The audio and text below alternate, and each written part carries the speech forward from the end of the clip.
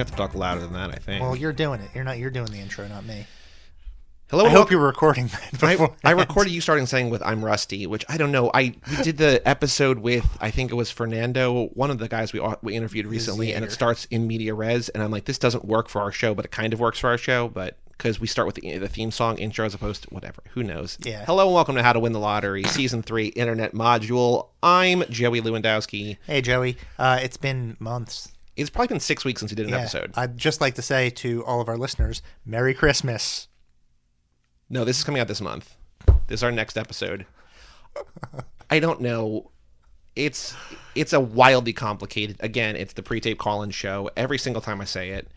We just put out The Novelist, which I feel like on the Novelist episode, we talked a lot about The Gray Man, which is a movie that people talked about on Netflix for about 6 hours and then stopped. But we talked about The Gray Man for a while in that episode. No longer relevant. But I think this behind the scenes stuff is why people listen to the show. They want to know about scheduling. They want to know about. It's honestly funnier than what we're talking about otherwise. Yeah. Book today is Liveblog by Megan Boyle, which chronicles 6 months of her life. Is it 6 months? I didn't even mark St. Patrick's Day of 2013 to like September 1st. It starts on St. Patrick's Day? Mm-hmm.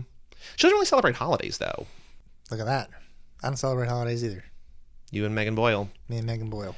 I should have planned better for this, but instead I read 600 of these 700 pages since Monday morning. This is Saturday. So all I have done this week basically is read this book. We gave ourselves a month to do this, which is a long time for us. Usually we give ourselves a week or 2 weeks. Mm-hmm. We gave ourselves a month for this book, and both of us were cramming at the last minute to get it done. I have an excuse. I started a new job a month ago, and so it's been like living hell for me. I have an excuse. I'm just bad at time management sometimes. Like you were on multiple planes.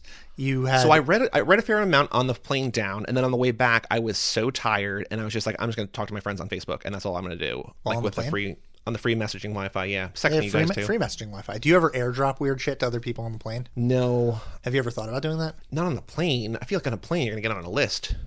Oh yeah.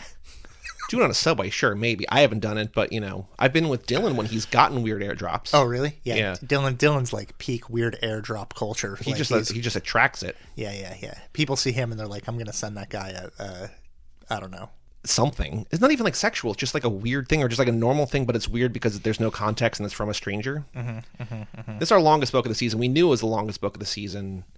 Still did not prevent me from spending probably 20 hours this week reading this book. Well, so it's 700 pages, and it is a in some cases minute by minute account of a day. Mm-hmm.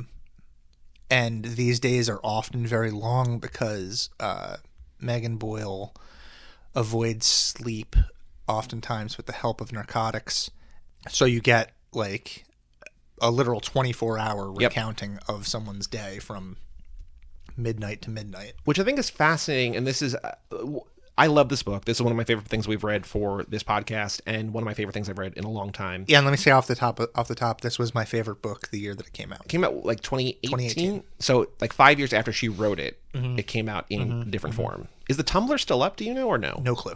Okay. Didn't follow it live while it was happening. Don't know anything about that. Read it entirely in this form. I don't know if I would have I don't know if I would have had the endurance to keep up with it while it was happening. Well, I think what's fascinating, and this is what the thing that interests me most, other than just like her writing, I think is just phenomenal, but is a word you used before is the scaffolding of all this, because reading it in this format, it seems like she wrote every day, but then you find out that like she would do like a week's worth of updates basically after the fact. Yeah. But reading it in print form, it's just like, oh, that's the next day or whatever. And so I think the idea of following something in real time, or her going back and editing or amending or removing or adding or whatever, it's fast.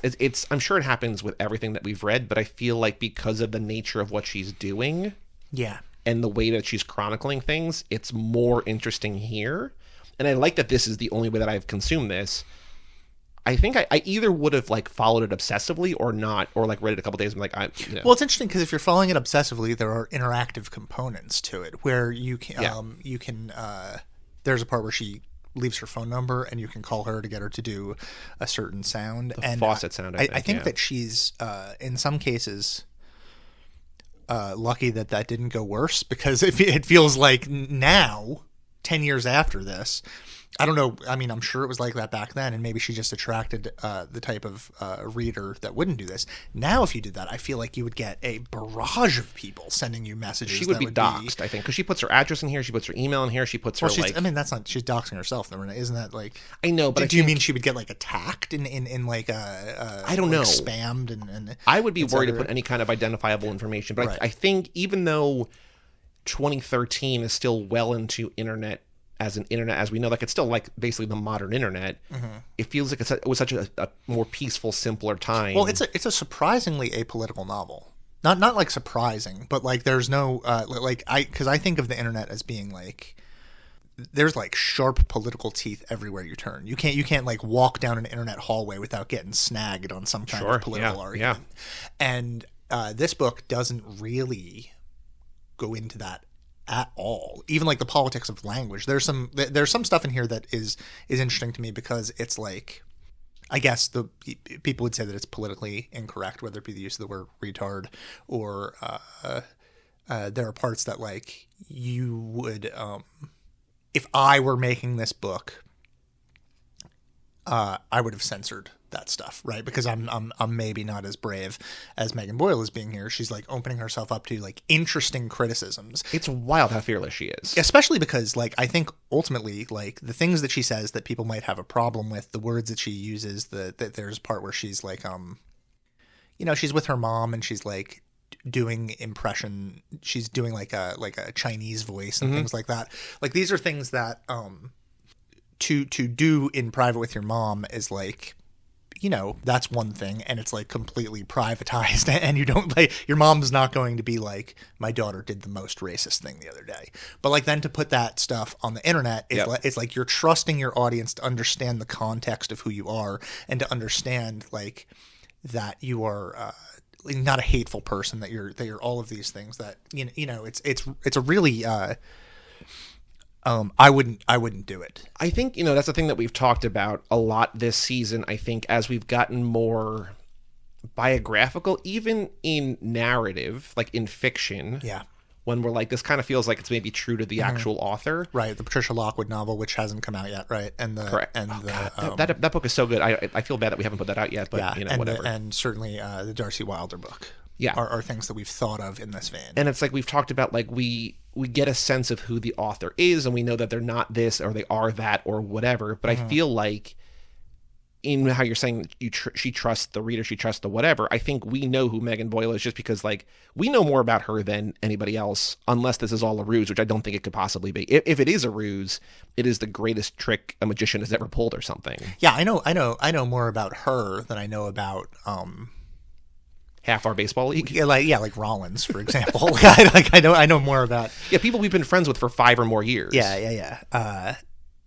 And by the way, we're talking to her next week. We're interviewing her after this episode, so we'll have an interview out with her. So stay tuned. That might go terribly. There's something. Why would it go terribly? I don't know. I know too much. She knows nothing about us. We know everything about her. Although I feel like that's probably true of every interview she's given about this book. Yeah, maybe. So when you mentioned scaffolding earlier, you were talking about scaffolding as like a structural or editing thing within the novel. But what I thought you were going to say was that something that this book sort of interestingly relies on or doesn't rely on, because I don't think it was obviously not originally intended to be a book. It was originally intended to be like kind of a therapeutic device for her, right? Which she writes at the beginning of the novel. She writes that it is, she doesn't like where her life is. So she thinks that writing it down in minute detail will cause her to change her behavior. Which it kind of does and kind of doesn't. Yeah. It's we can get to that. But so it not being a like audience intended work, I guess in some ways it is, obviously, because she's putting it on the internet, and the like accountability and feedback will come from being judged by other people. I mean, it's basically it's a blog in the sense of like it's a diary. Like this is like her like logging things for her own benefit. It just other people can read it. But like as far as scaffolding is concerned, like in regards to like the literary community, I think this puts a cap on the concept of, and like people hate using this term, but it's like a useful categorical term of like quote unquote alt lit. Because if you read this book, I think not sure, haven't talked to anybody who is completely unfamiliar with the people in this book. it probably helps your experience if you're familiar with the following people: Tao Lin, Jordan Castro, Sam Pink, Blake Butler, Juliet Escoria, Mira Gonzalez, Marie Calloway. Yeah, Marie Calloway. I feel like, and I said this to you, like this feels like Rachel Rabbit. This feels like the Avengers of alt-lit, because I'm glad, like... That's an interesting metaphor, because it's like the biggest pop culture. You're talking about the biggest pop culture thing in the entire world, and then like this to a thing that's basically contained in one or two presses, in located Brooklyn. Community. Yeah. But I think it's the assembly of a team. When did you get involved? And by involved, I mean like start reading or start knowing about this scene. Was it while this was going on? Or So did you know about liveblog while it was happening, or no? Yeah, I probably did. Okay. I didn't read it because it's again, it seems like it's too much for me. But I started with I think probably around shoplifting from American Apparel, right? Okay. Because like Tao Lin was a kind of big that was like a big deal. And I said this in the Jordan Castro episode, which is out now. I feel like you can and this is, I think, unfair to all the other people, because I think Tao Lin came first and maybe made the biggest splash in readers' minds, but he's also part of a community. So I think a lot of these people write in a similar way. Mm-hmm. And because I think Tao Lin is the first of a lot of these people to be read, it seems like a lot of these people are biting his style or siphoning from him. Like I've noted, you can note it in this book too. There are like specific words that are... recurring, this idea of like seems bleak, grinning, neutral facial expressions, right? These are things that are like recurring. And I think she even comments on it. She says a thing and then she'll say it, like she'll not retroactively, but like she'll realize that she's saying a thing that people don't necessarily say, or it's like a literary thing, or she's just trying to think out loud. And I think it's whether she's commenting on like this is a thing that like my circle says, but it just... She's aware, I think, of the way that she's writing. Well, this is something that we talked about a little bit in text messaging last night, because we were talking about like it's kind of weird that there wasn't a Tao Lin book in this module, and there are a million reasons for that. But like we were talking about how it may have been valuable to read Taipei specifically before we read this book, because Taipei is about her marriage with Tao. Yeah, and one reason why I think this is. And maybe I'm torpedoing the entire idea of why we didn't do that right now, is because I think that Megan Boyle, and I think that this book stands on its own with, and like if we use Tao Lin as an introduction to that, then it becomes sort of the Tao Lin show again. Yes. And like I think this is probably the best thing that came out from that entire scene. Well, I think.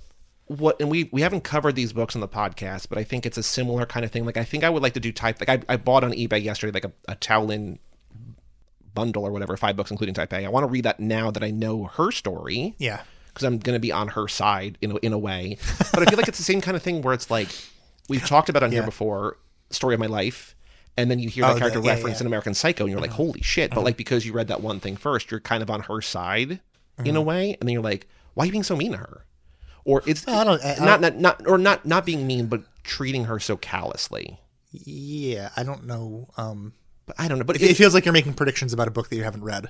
No. I'm not saying about Taipei. I'm talking specifically about the Story of My Life that becomes gotcha. the political whatever book that I keep forgetting the title of. The Politician. Is it called The Politician? The book about John Edwards. Yeah. Yeah. Where she's the woman, right? Yeah.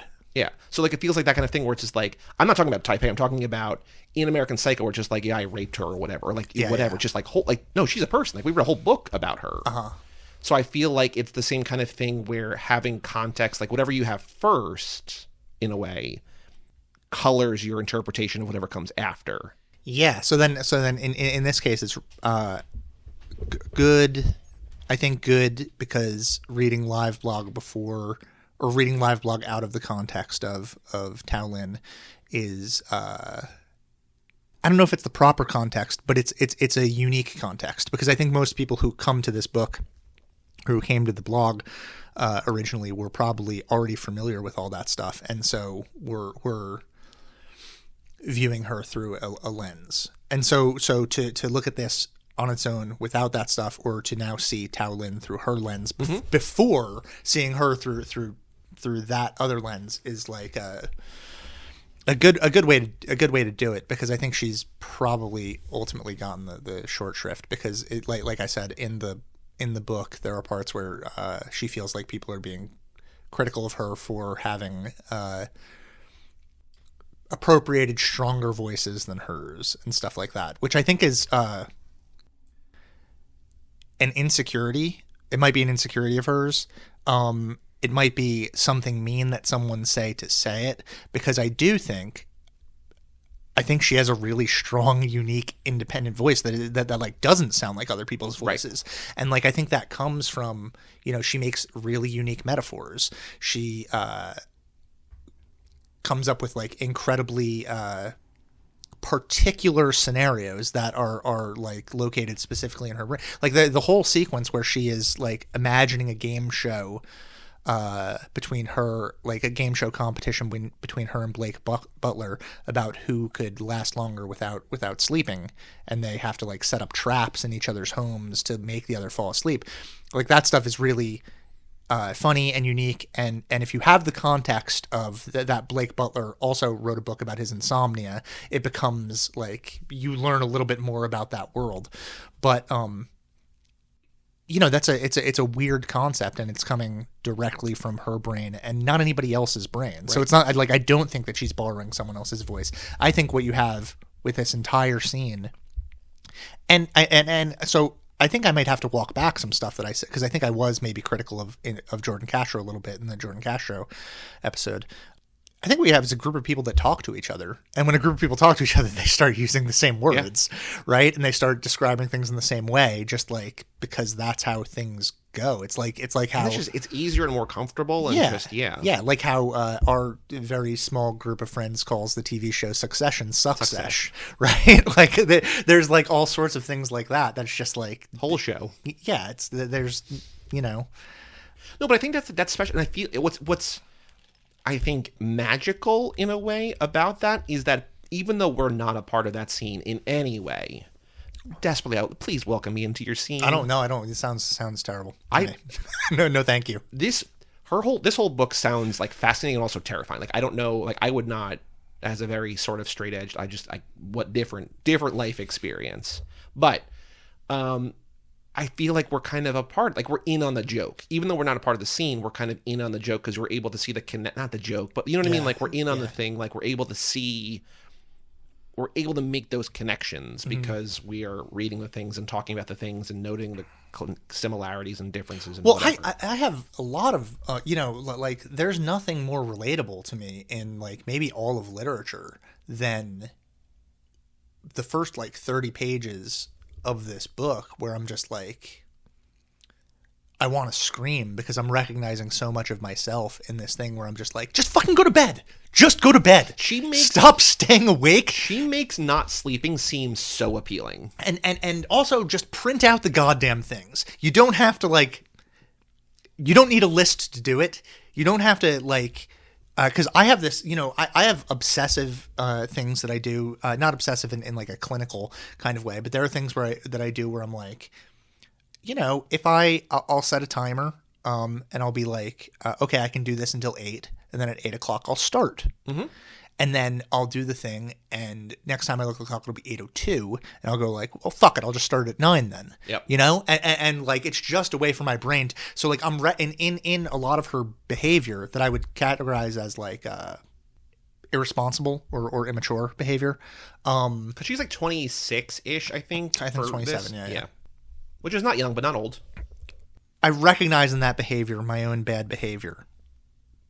And there's nothing more frustrating than seeing your behavior in someone else and just being like, seeing how easily it seems to correct that behavior. But at the same time, there's also, I think, a really, really accurate depiction of depression in here, where it's just like an actual realistic account of how fucking hard it is to do everyday things. Yeah. Just like going to the store and then sitting in your car for 45 minutes because you're just like, I actually don't know if I can go in and talk to those people. I like might have to just turn around and go back home. With Ed, like this whole thing has been a wash because I can't bring myself to do it. And I think what's really remarkable about this 6-month period is that like kind of nothing happens and a lot happens, but that's kind of just life, right? Like she goes through a couple of relationships, but like, and she moves, she gets a new apartment.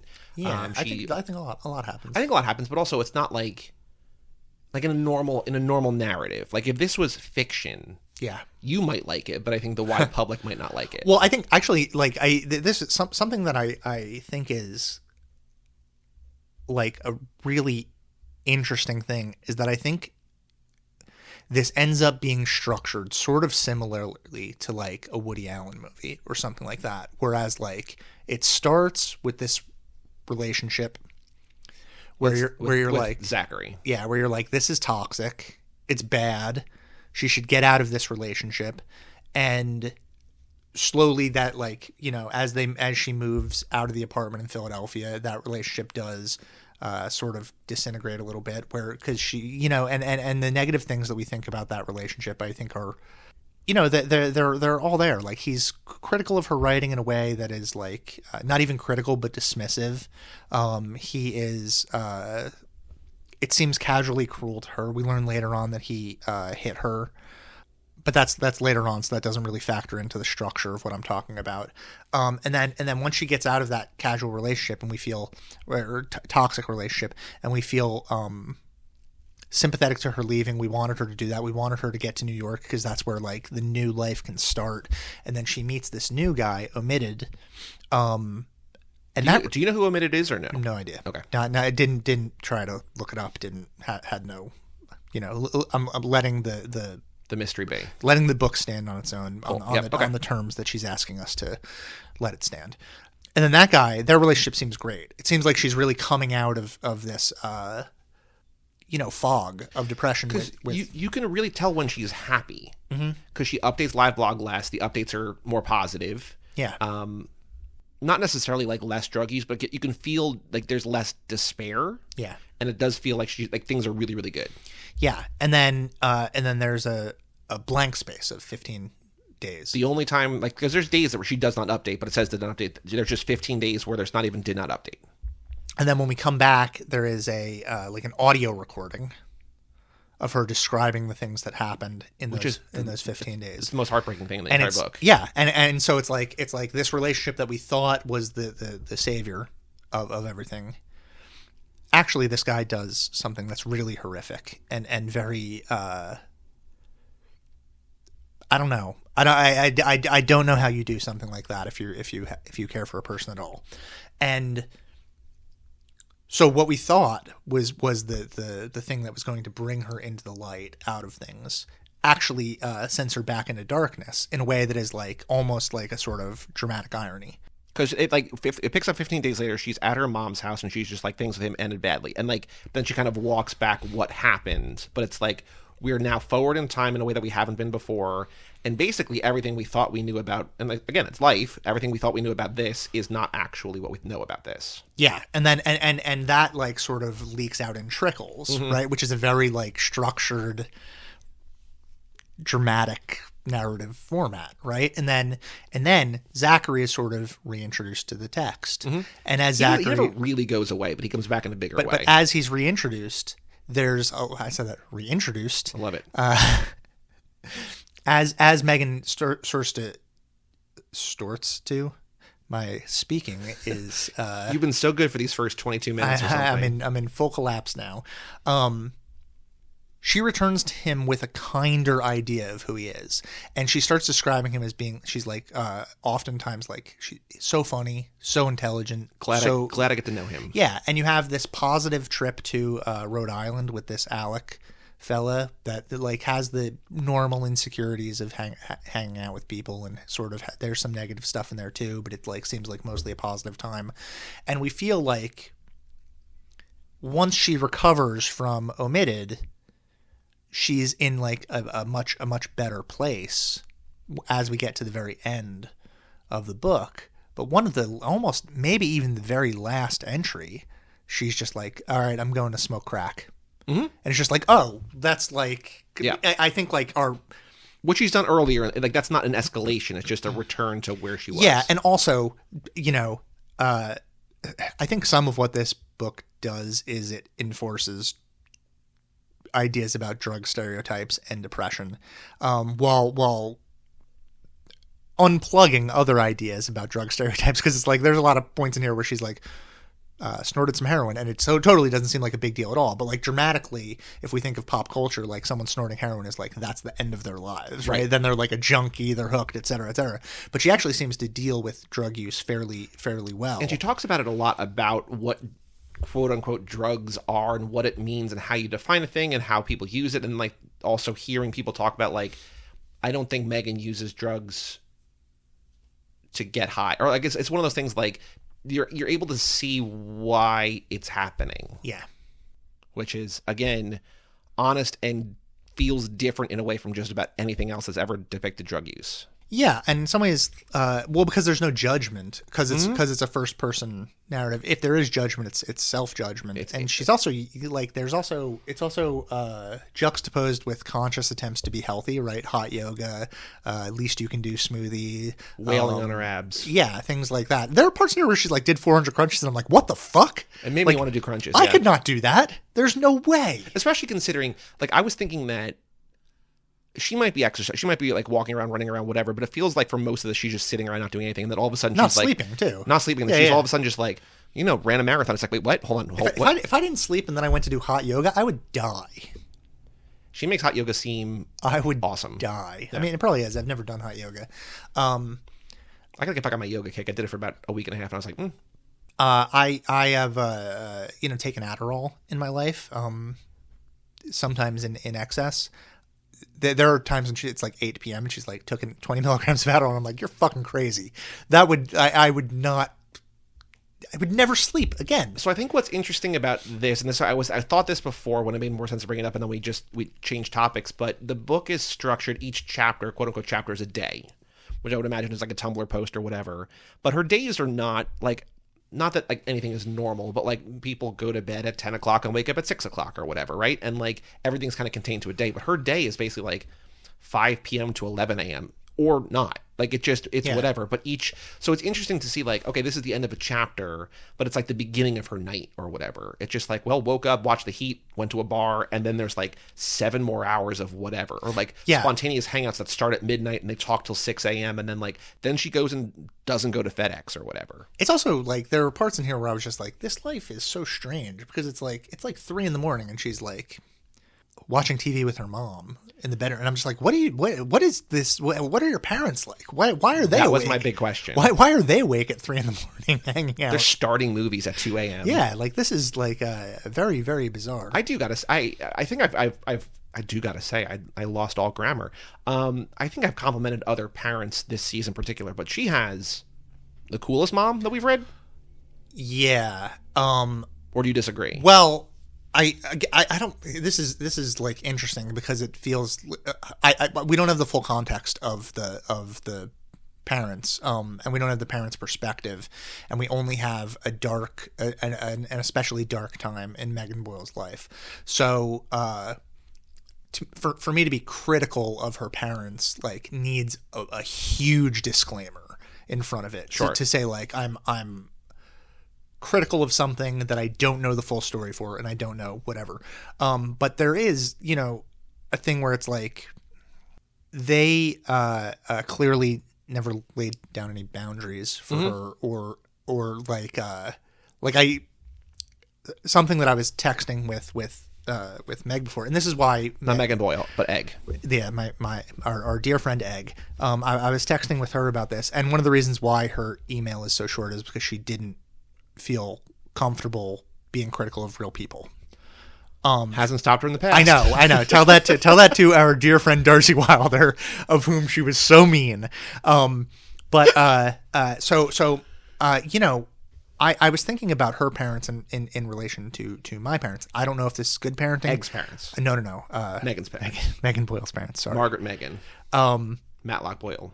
If I had been like, my car is towed for the 4th time, my parents would be like, looks like you don't have a car. Yeah. Like, go get a fucking job and pay for your thing. And I think that might result in me not getting my car towed anymore. Right. Or they would probably not. I mean, my parent, when I was young, like when I was living in California and like living in what I would refer to as pretty extreme poverty, my parents like lent me money sometimes, but it was always like it was a thing, you know. So like I'm reading this, and this level of I don't want to use the word entitlement because that's like a pejorative, but it is like a level of entitlement where it's like a lot of the things that she's doing, she's facing absolutely no consequences for. And so I think that indulges some of her bad behavior. And from my limited perspective point of view of the parents, like that might be their fault. But again, I don't have context for this. I would feel horrified if Megan listened to this episode and then was like thought that I was shit talking her parents, which I'm not. But the tiny context that we have for that, whereas it does, I do think that her parents seem really obviously they love their daughter, and they have a relationship that I don't have with my parents. Like, yeah, exactly. They have a bond. Like the fact that she's like on the phone with her mom for 6 hours, and they both seem to genuinely mean that each other is the best friend. Like, it just seems like this is. Well, this is also I didn't like another thing. Like, I felt before like I was speaking like my parents were the best parents in the world or something because they put limits on me and her parents were terrible. But like I did not have an emotional relationship with like my dad, for example, at all. Like she has these long conversations in diners where she's fighting with her dad and crying, and like they have long conversations where they make up and the parents call every day. When I moved to California, I didn't talk to my dad for like a year. I don't think I don't think I talked to him for a year. Right. And like I would never have a conversation with my dad that ended in either of us crying or apologizing. It just wouldn't happen because there was like a very like cold, like no, you know, just don't have that relationship. And it like I don't know, because there's no right or wrong or rhyme or reason in this, but it made me think for a second that like, oh, maybe they had her really young and like they're close in age, but they're not. Like her dad's like, I think kind of like an old dad. Like I think he's like considerably older. Like so, and she has a considerably older sister too. Right. So I think it's the kind of thing where it's like, oh, it's not like. Like I have friends who have like very young moms and they get along well because like it's just like we you know, growing up they want to watch a movie or whatever, like so it's just you become close and you like have like a cool relationship because like they're 24 when you're 8 or whatever, and like I just want to do this thing, you're gonna come with me. But this is not that. This is just like they are close because it's a good relationship. Like it's yeah, and that's kind of what I'm special. That's kind of what I want to say, which is that like I'm not being judgmental of Megan Boyle's parents because I think that like parenting comes in all different shapes and stuff like that. And you know, Megan Boyle is like a successful person. She's an incredible writer. She's an incredible writer, successful. So like there are ways in which like that, obviously that stuff comes from her parents being indulgent in that kind of way too. Also the fact that she's able to like over the 6-month period basically not have a job, seemingly not make money and still like survive, like is commendable in a weird kind of way. Well, this is something that I thought when I read this book, because it came out around the same time as not to bring him up again, but our friend of the pod, Bud Smith, he came out with a memoir around the same time. Wait, I thought Teenager was his first book. Yeah, right. He came out with a memoir around the same time called Work that is like a memoir about his time in heavy construction. And it is like an incredibly joyful book. And so like I read these books almost back to back to each other. And it was interesting because it was like one book is all about like the heavy machinery work of like getting up and going and to an oil refinery. Regimented, blue collar. But it was like full of joy. Yeah. And then there was this book, which is like the opposite of that in a lot of ways. Like it's like there is no real work to be spoken of except for the live blog, which obviously like is a significant amount of labor. But it's not work in the sense that like she's not doing it to make money. She's doing it because she feels compelled to. Yeah, which is, you know, I don't want to like not that that's good or bad. I think writing is labor in its own way, but it's like there's no job here. And the entire time that she's over this period, she doesn't have like a go to work job. And it's also, in a lot of ways, an incredibly depressing book. And so like, I think that there might be some connective tissue between those two ideas. This idea that like lacking structure and feeling aimless, kind of. Yeah, lacking structure, feeling aimless, and also being dependent. Sure. Because like the money she gets in here is from her dad, and like a $4,000 payout from getting rear-ended like 2 or 3 years ago by a taxi. And then she's also remarkably generous with her money. Yeah. Right. Like she sends $300 to Jordan Castro so that he can come visit, or she sends like she offers to pay for things. Well, she's a great tipper, right? that comes up multiple times. My favorite thing in this was that she sends Tao $45 because he's going to send her $50 tomorrow. Just like, yeah, get that interest. Yeah, but so she's like obviously like a generous person. Yeah. Right. She's maybe you could say it's easy to be generous when it's not really your money. Maybe, yeah, maybe, but also like she's in being generous with that money, she knows that she's going to have to do something that she doesn't want to do, which is ask her dad for more money. Yeah. Right. So it's like there's this like incredible balance of there's a lot of emotional calculus that goes into all of this.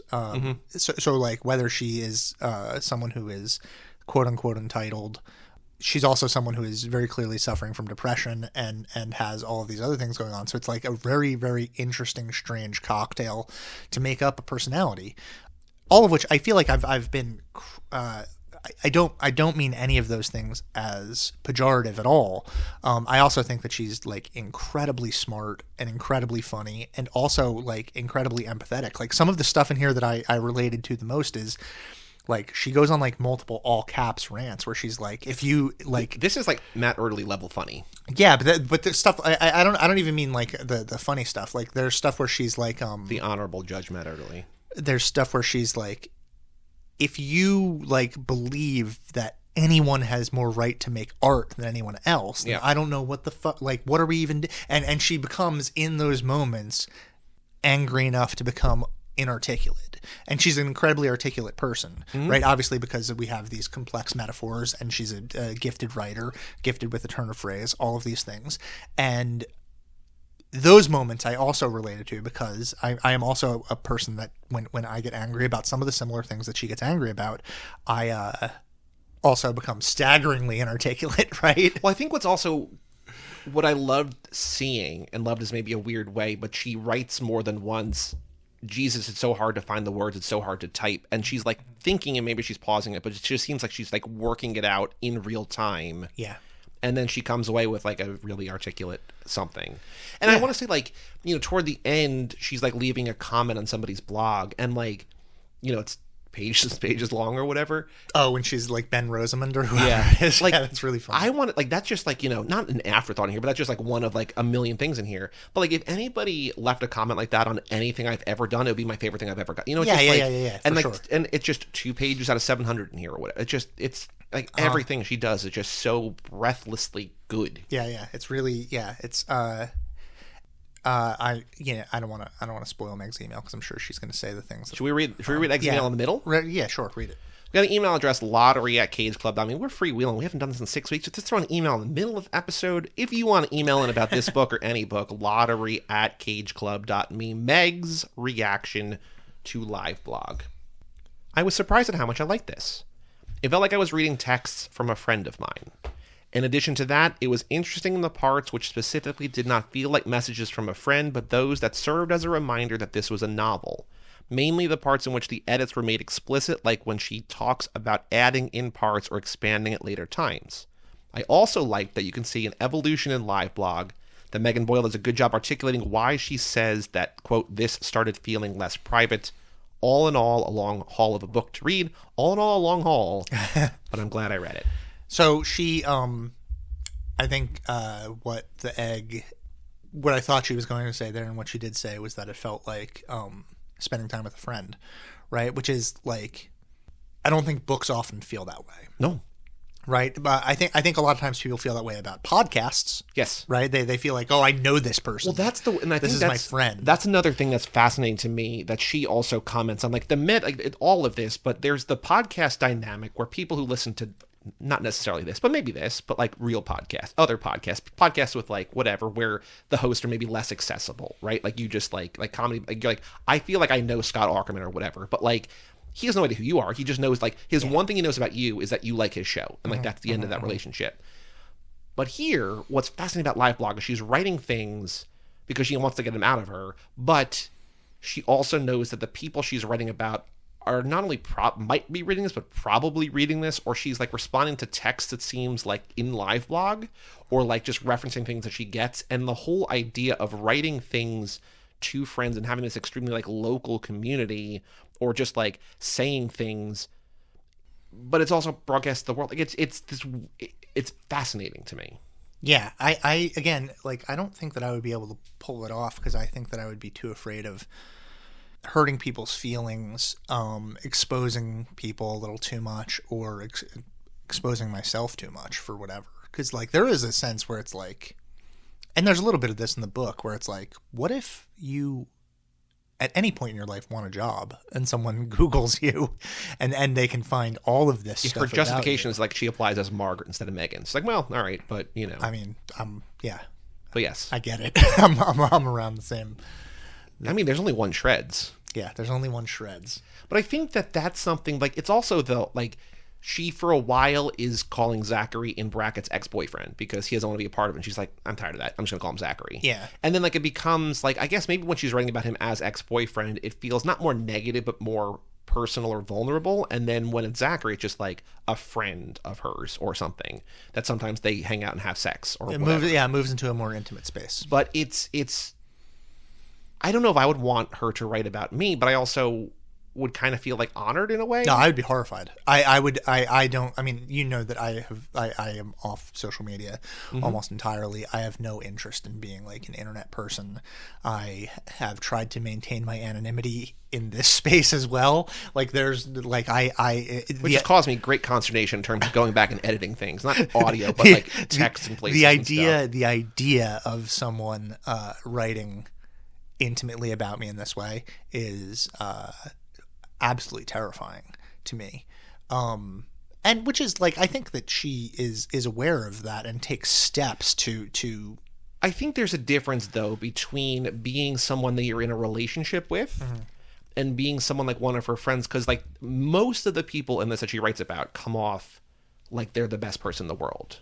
Like Chelsea Martin is the one that's Chelsea, like... Chelsea, my dog, right? Like, yeah, like no one fuck with Chelsea, right? I'll come after you. Like there are people in here that like seem like they're the best person in the world, and they probably are. Yeah. And I think it's similar. It's not dissimilar from like dating a stand-up comic who like you're going to be in their act. You might not be named, but if you are still with that person or you're a person of any notoriety, people are going to know that it's about you or something, right? So in this small community that's all like incestuous, not in the sex way, but in the like, you know, very closely, and everyone knows everyone, blah blah blah. Everyone's attending each other's readings. Like they're all reading liveblog and they're hearing things about themselves and about other people that like. And like the thing that like I would feel. I mean, again, that's just coming from somebody who doesn't really do drugs at all ever, whatever. But like when she goes to Tao's reading, I think, and she gives Gian her drugs to have an out in every conversation, but like the thing is just like Gian's just like walking around this party with drugs. It's just like, I wouldn't want that about me, but like he clearly doesn't give a shit. Like it just I think it's pretty open, and again, because it's like a community of people who don't have you know, drugs are almost a there's almost a prestige about them, right? It's not like it's not a they're not people who are, you know, nursery school teachers or it honestly probably makes them more appealing to their... That's what I'm saying. Yeah, there's a prestige to them. What I did like, and again, this is, you know, going back to my Avengers thing before, but I'm glad that we did this so far down that there's things we've talked about. There's things that I've read. Like I read Marie Calloway's book. We didn't do it for this, but that was on the original list of books you gave me that basically inspired the podcast. Her book was on there. She basically disappeared. I have no idea what she's doing anymore. I just broke the Google rule to find the name of the book, and I think she's only written the one book. I realized as I was doing it, I'm like, ooh, this is illegal. You shouldn't have even mentioned it. Today's crime. I need to confess. This is my live blog. 12:53 p.m. Oh, by the way, when you write the description of this episode, don't like mimic the style of the book. I'm not going to. Okay, because people do that in reviews, and it drives me fucking crazy. No, I've written probably close to 1,000 podcast descriptions, and I just have one way that I write it, and it's summary and then also just dumb shit. Okay. I'm not going to be like... Yeah, no. All right, good. I texted you a couple times like that just to kind of try to be funny, but I'm not going to do that in public. I think it short shrifts both you and her, I think, in a way, right? It's just like, oh, I could do it so easy. Yeah. And it's I like when I read book reviews that are like that, people always try to do that, and it's so annoying. I did think while reading this, the conversation we had about Darcy and about Darcy's book and about how people could be like, oh, that's easy to do. It's just a bunch of tweets. Mm-hmm. And I think I could structurally do this. I don't think it would be entertaining. I think that this is an accessible, approachable thing. I would be exhausted by it. I could do this. It wouldn't be good. And I think that's a difference. I think that's it's no more or less magic than Darcy's thing. I think Darcy's thing I agree. It seems easy, but it's tough. This seems easy and it's kind of easy, but to have it be compelling, you need to be a good writer. Yeah, and you also there has to be a level of honesty that is not attainable by me in speaking about myself to an audience. Do you think if you did this or tried this, would you if you forced yourself to be 100% honest, mm-hmm. would you change things you do? Would you eat different foods? Would you do different things? Would you masturbate less? I think I probably would all of those things. I don't think that I would masturbate less. Okay. Because I'm impotent. I don't masturbate at all. 0, can't go lower than 0. Another thing that I liked about this, and again, this is just my weird kind of like technology brain or whatever, is I like when you can tell that she's writing on a computer versus a phone, like the capitalization. Like I think that the actual punctuation, like I think she uses punctuation fascinating in like a sort of stream of consciousness kind of way. Lack of capitalization too, Morrissey, which I think is, even though Microsoft Word keeps, because he's paying them or whatever. I also like her open letter to the CEO of Microsoft Word, or the CEO is plural. But I think there's something to me that I just like knowing how the sausage is made in a way, and I like knowing, oh, she's like writing this like as she's driving, which seems like she's this is something that she's like driving on a highway, snorting heroin, answering Ask FM questions, and live blogging, and sometimes reading live blog. And there's one point in the book where it seems like she may have been masturbating while driving, and I'm just like, this is insane to me.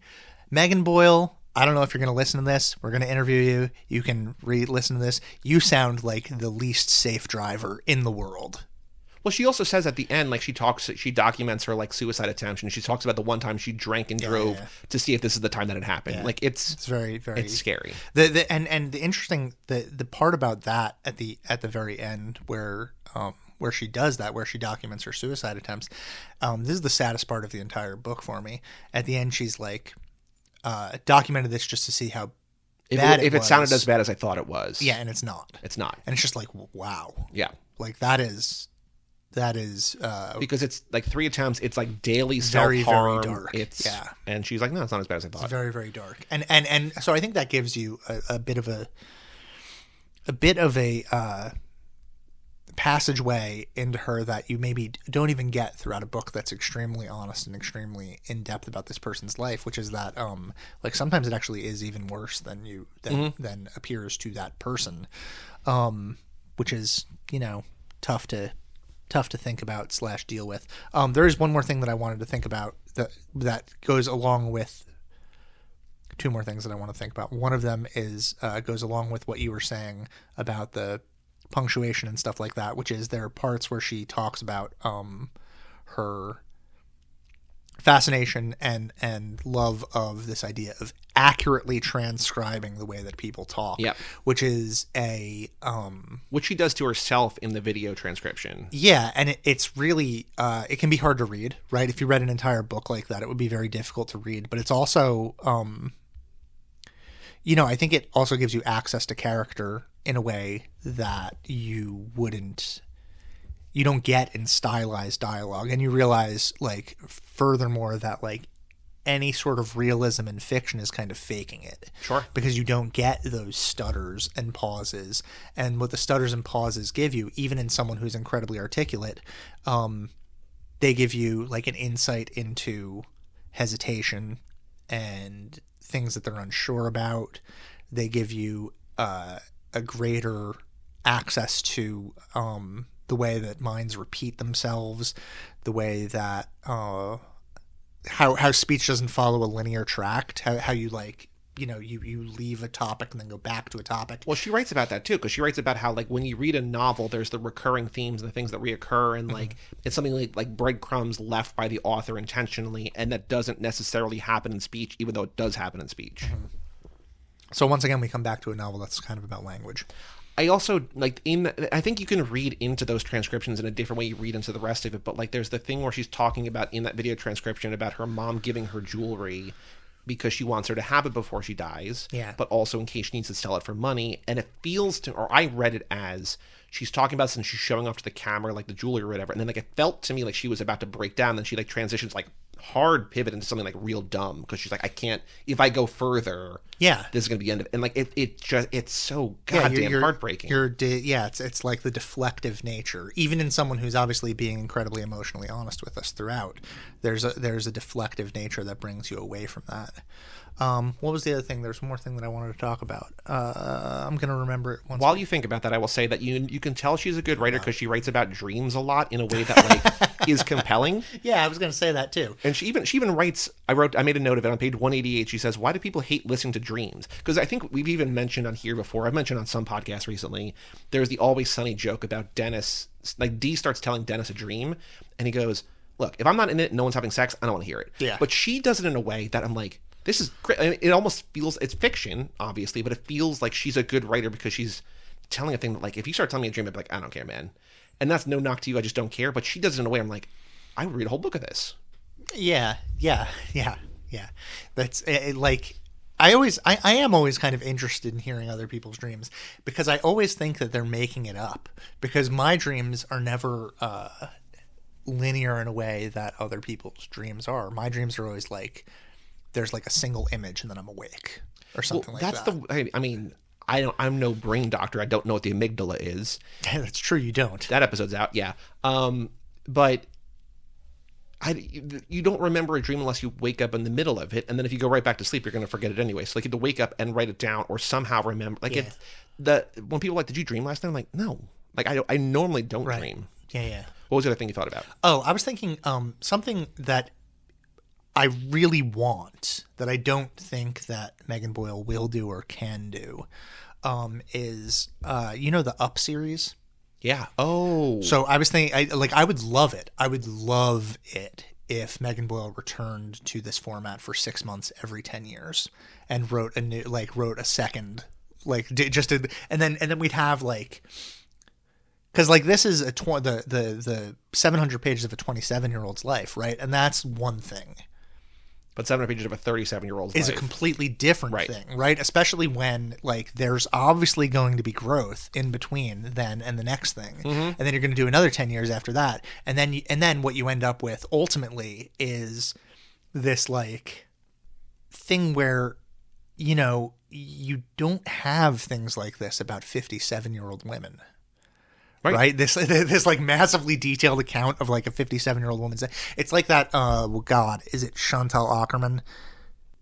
She has a thing. I think it's like called 20 Hours. I can't Google it. A day or something like that. I'm not allowed to look it up. It's a film that's just like a very. It's like a very slow depiction of someone's day. Right, and you. Oh yes, it's like a 4-hour-long movie. Yeah, or and it's just like she's just like cleaning the house. She's doing regular stuff, and it's just like fascinating in its, like, poetic banality, mundanity. Yeah, and there's something really, like, interesting about that I would want to see from a 57. And then. But I would want to know from a 57-year-old Megan Boyle, not from a 57-year-old anybody. Like, that's what I'm saying. It has to be someone who's as good of a writer. And so if you return to that every 10 years or so, you see this, like, massive arc of a human being's life, and there is a chance for that to become a wildly redemptive, beautiful story. There is a chance for it to go incredibly wrong. There's a chance for all of these things. And obviously, like, I don't know how anyone could read this book and not end up rooting for her. Obviously, you end up rooting for her and you want her to be okay because you've come to know her and really like her through this book, I think. I can't imagine reading this book and thinking, like, ugh, that person. Well, I think you wouldn't get through it. Yeah, you wouldn't get through it. You would give it up, right? Very early. So early on, not to blow up her spot, you texted me when Egg started reading this that she was going to take a long time to get through it. And I read that as, given her response to other things we've read this season. Yeah. Egg being a completionist she is, and she, ride or die with us all podcast long. Yeah. She's going to read everything. I took that as, oh, this is not for her. But then later, well, I didn't think. Yeah, this is a book that I don't like. I'm hesitant to recommend this book to people because it's like I think you sort of steered me away from it when I asked you like what you're like. I don't know. It's a lot. Yeah, because this was my favorite book of the year. It's 700 pages and it's 700 big pages. Yeah. It's like not like, mass market paperback pages. They're pages that like if you put in a mass market paperback, this might be a 1,200 page book. Mm-hmm. And it's also incredibly slow and I would say boring in like a way that like I'm trying to redefine what boring means with this podcast. Whenever I say something is boring, I don't mean that in a negative way. I mean it's your favorite thing in the world. I mean it in a way that it's like it's focused on the poetic mundanity of life, and there's something about that I find incredibly fascinating. Well, I think, and again, not to throw Jordan Castro under the bus, who is a character in this novel, but like when we read The Novelist, yeah, a book you didn't particularly care for. I did not. I liked it more by the end of our conversation, but to me that was like I got what he was doing, and I'm just like, I don't need this. Like this, I get what she's doing, and I want more of it. Yeah. Okay. And I don't think that's necessarily a testament. I mean, it's a testament to her, but I don't think it's necessarily a critique of him. I think it's just a different kind of doing what I think they're both very effective in what they're doing. One just worked for me, and one did not work for me. Yeah. Like, I think The Novelist is good. It's just not for me. I think this is great, and I think it is for me, but I don't think it's for many people. Yeah, that's why I as a book that I really love, it still took me a month to read. You've read this twice now.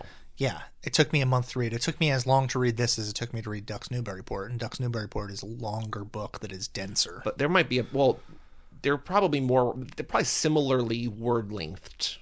Maybe. Even though there are probably maybe like 50 pages in here that like do not update. Like there's out of the 700, there's probably about 50 that are just nothing on the page. So like 6, but it's still dense. But it's also when there is a narrative arc to something, when you're moving through something in a way in the way of a traditional story, which is shortchanging Ducks Newburyport a little bit, but there is a more traditional narrative. But just as a reminder, to be clear, we both love Ducks. Yeah, it's great. One of my favorite books of that year. This is like you don't know what's going to happen next because it is skewing so close to it is real life, and that makes it like also because it's pretty downbeat.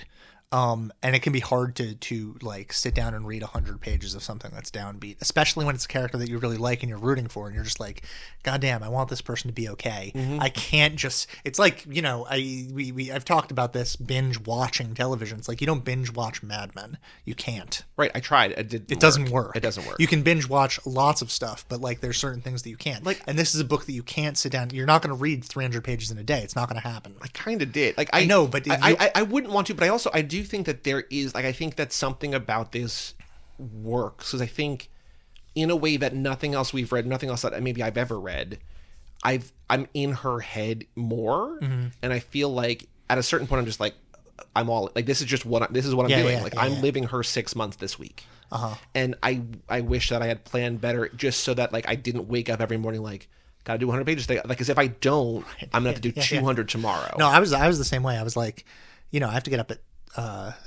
before 7 every morning for work now, and it's like I'm reading this book at like 11, and I'm just like I should read 10 more pages, but like 10 pages of this book takes me probably a half hour to read.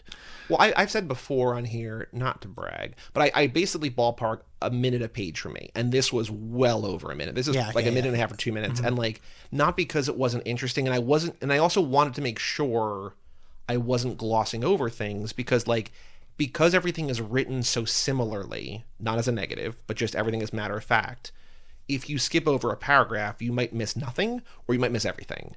And I didn't want to skip anything, so I made sure. And also, a lot of the importance is in the nothings, right? Yeah. So, you miss all the good jokes if you skip the nothings, which is like. And again, it's very, very funny. That's all. Yeah, we should emphasize. Like I said, it was downbeat. I said there's like parts in here that are pretty sad or dark, but like it is also like an incredibly funny book. And I hear ever since I read this book 4 years ago, I've never been able to get trout, that's the fish, out of my head. Like that's something that like and that's not even a her thing. That's an Alex Trebek thing, right? It's her. Like, but it becomes a joke because it's her repeating it. Well, speaking of that, one of the funniest things to me was just like an interlude fairly early on what I think sex with different game show hosts would be like.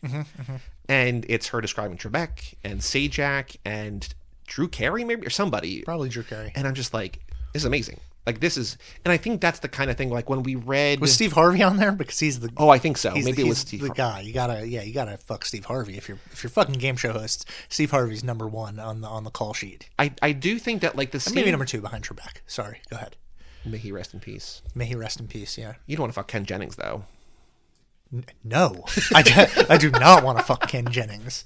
But I think the same way that when we did Requiem for the first season, right? No, we did Memories of My Father Watching TV. I read Requiem separate. Okay. Yes. But when I think we talked about Requiem on that episode, I think what is, again, a testament to her writing is that she can do any number of different things, and they're all compelling. Writing about dreams, making dumb lists, just blogging about her day. Like there's different things, and I don't know that she's consciously, and I don't even know if Curtis White did the same thing, but like to me, Curtis White was kind of like, well, I'm just gonna write a book about, the woman who has sex with dogs now, and like now I'm gonna write a book about, or the guy out on the boat, or what. Just like he has different things. They all read so differently, and I feel here, whether she's doing it to like be in, like, to give her more excitement in what she's writing, or just like whatever is in her brain, the fact that she's able to do so many different things and they're all like, yes, more of this, another one of this, that's great.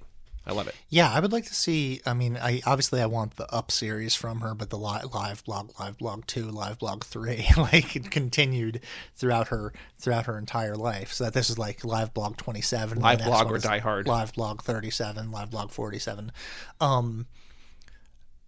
I would also love to see just a novel from her. Like has she written anything else? I mean, I know she writes a lot of like journalistic, like she has a one that is like kind of a book of poetry, which is something, I think it's called Selected Tweets from a Mexican Panda Express Employee. Oh yes.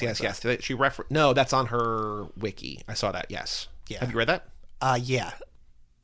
I don't think it is doing for me what this book does. I read it a long time ago though.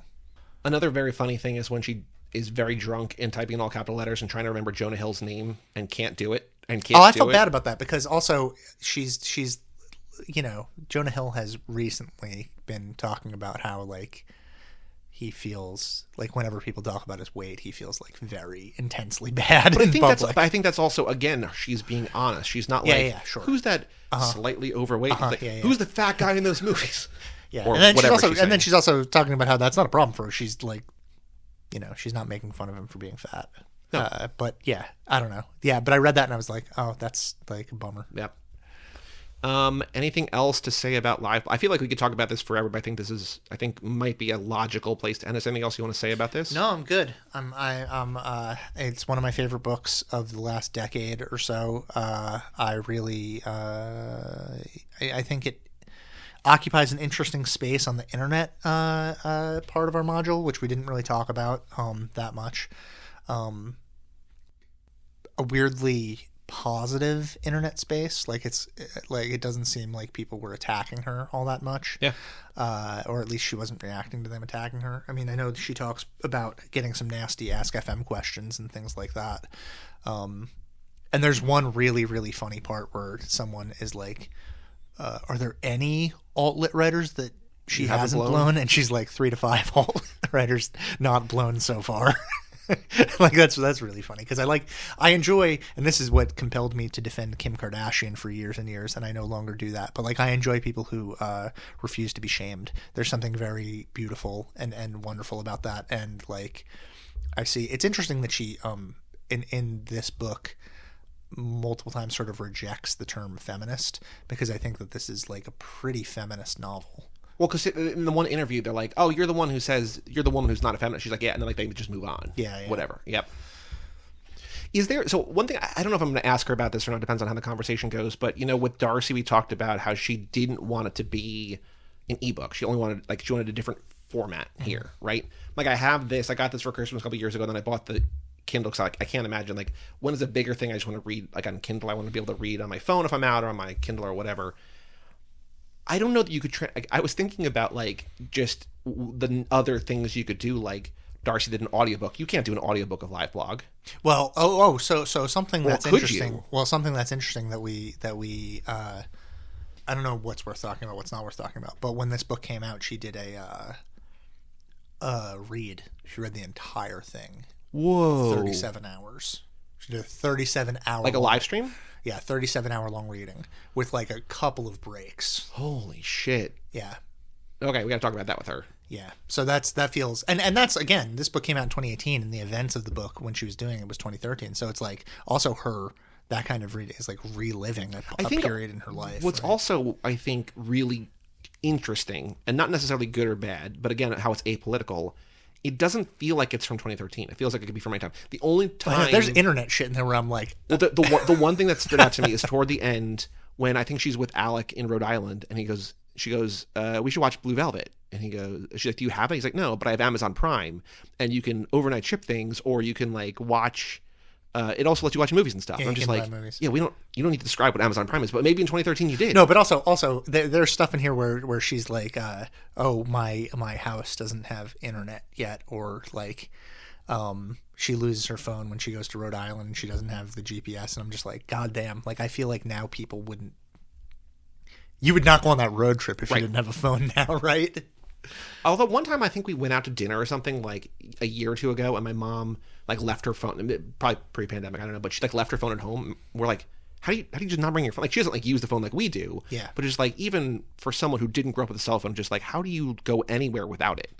Like, how do you not go when you go to the bathroom? How do you not bring it with you to the bathroom? You know, it's just like the kind of like it's always there. Yeah, my dad never had a cell phone. He didn't ever end up getting a cell phone.